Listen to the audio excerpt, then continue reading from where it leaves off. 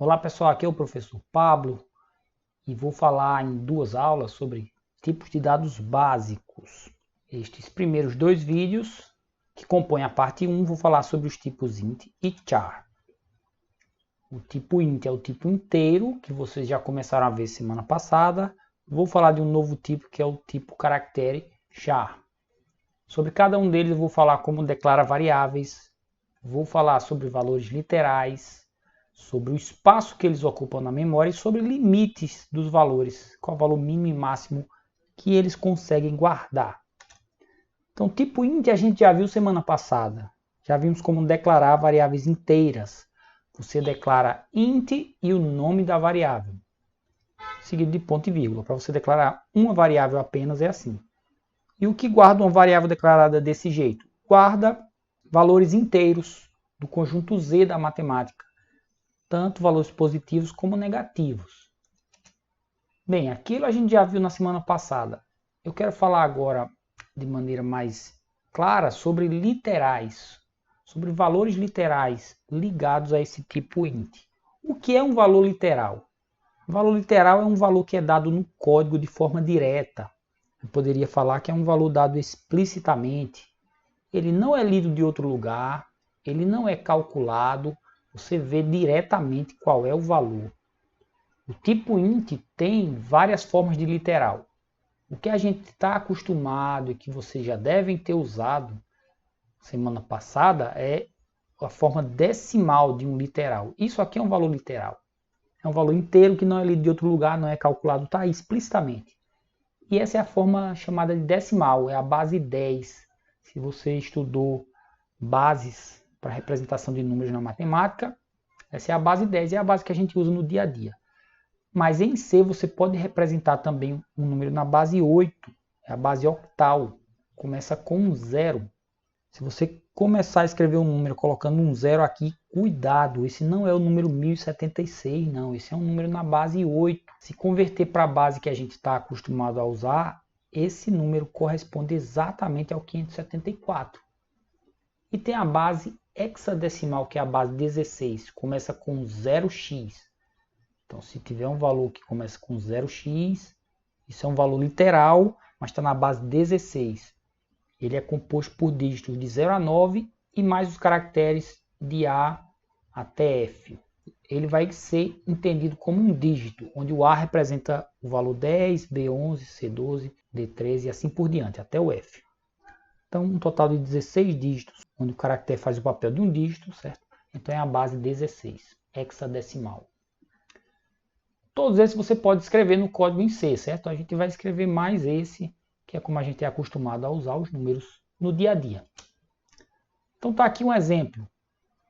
3 variáveis inteiras declaradas dentro da função main, que é o ponto de entrada do programa. A função main também começa com tipo inteiro, isso eu vou explicar em outra aula mais adiante. Então aqui tem 3 variáveis e eu já inicializei o valor da variável, quer dizer, já atribuí o valor inicial. Aqui é um valor literal decimal, aqui é um valor literal octal base 8, aqui um valor literal hexadecimal, como eu expliquei antes, são os mesmos valores. Se você mandar imprimir todos eles com %d, isso aqui vai imprimir na representação decimal, e daí vem o d. E aí você vai ver que está o mesmo valor lá, porque isso aqui são maneiras de você representar no código, ou na base 10, ou na base 8, ou na base 16, como você preferir. Mas quando isso for representado em memória, vai estar lá binário. E aí você pode recuperar como quiser. Se você recuperar com %d, vai imprimir na base decimal que a gente está acostumado a usar. E esses 3 vão ter o mesmo valor. Você pode copiar esse código e testar depois. Então, já falei sobre como declarar a variável, falei sobre valor literal, agora vou falar sobre o espaço que uma variável do tipo int ocupa na memória. Cada variável do tipo int tem um espaço fixo na memória. Consequentemente, também tem uma quantidade fixa de valores que dá para representar. Falo já disso. Mas qual é o espaço que ocupa na memória? Depende do compilador, porque na verdade depende de qual é a máquina para a qual o compilador vai gerar código.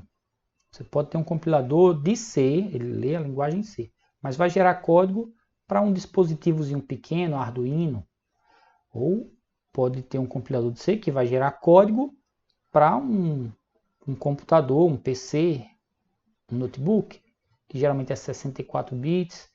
Então isso aí vai variar, certo? De acordo com a capacidade da máquina, com detalhes de hardware da máquina. Bem, no Replit, cada tipo int vai ocupar 4 bytes, tem 32 bits. Então, com 4 bytes, que valores inteiros dá para representar?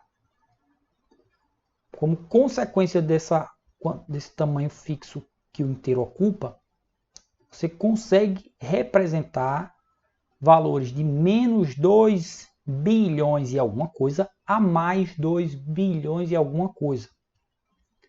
Isso é o que dá para representar com 4 bytes. Quer dizer, se você declarar um int no Replit, você pode atribuir valores nessa faixa aqui. Não pode atribuir valor menor do que isso, nem maior do que isso. Se você atribuir, na verdade ele vai truncar o valor e o valor vai ficar diferente do que o que você queria, na verdade. Se eu atribuir 3 bilhões, a variável não vai guardar 3 bilhões. Vai ficar algum outro valor diferente lá.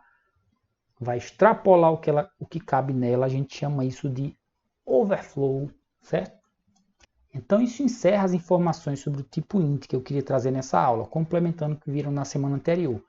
Vou dividir em outro vídeo e vou falar dessas mesmas informações para o tipo char, um tipo novo que a gente vai aprender agora.